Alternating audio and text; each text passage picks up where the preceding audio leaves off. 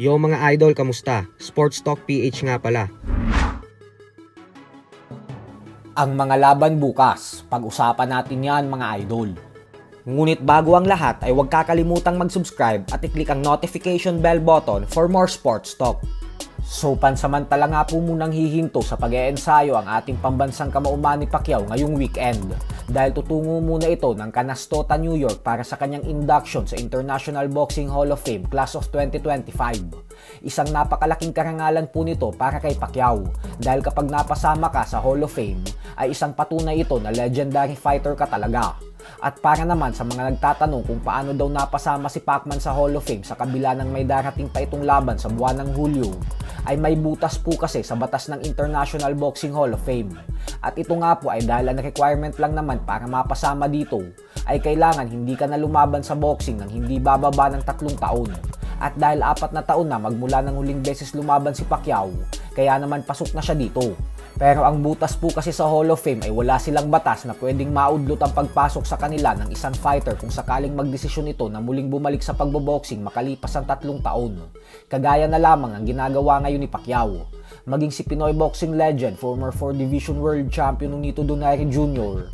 ay walang duda din sana na makakapasok na ito sa International Boxing Hall of Fame sa susunod na taon.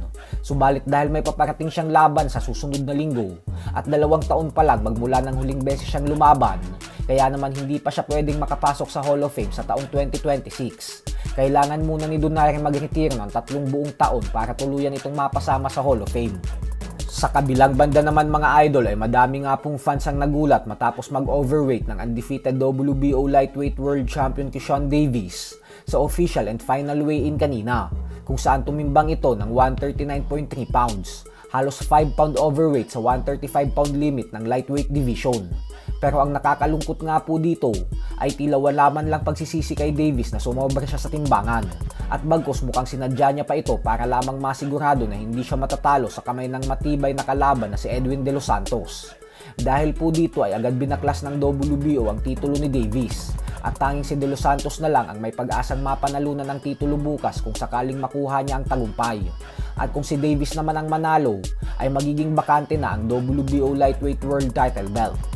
Samantala, wala naman naging problema sa pagkuha ng tamang timbang ang ating pambato na si undefeated middleweight knockout artist Weljon Mindoro sa weigh-in kanina at maging ang kanyang katunggali na si Omar Munguia.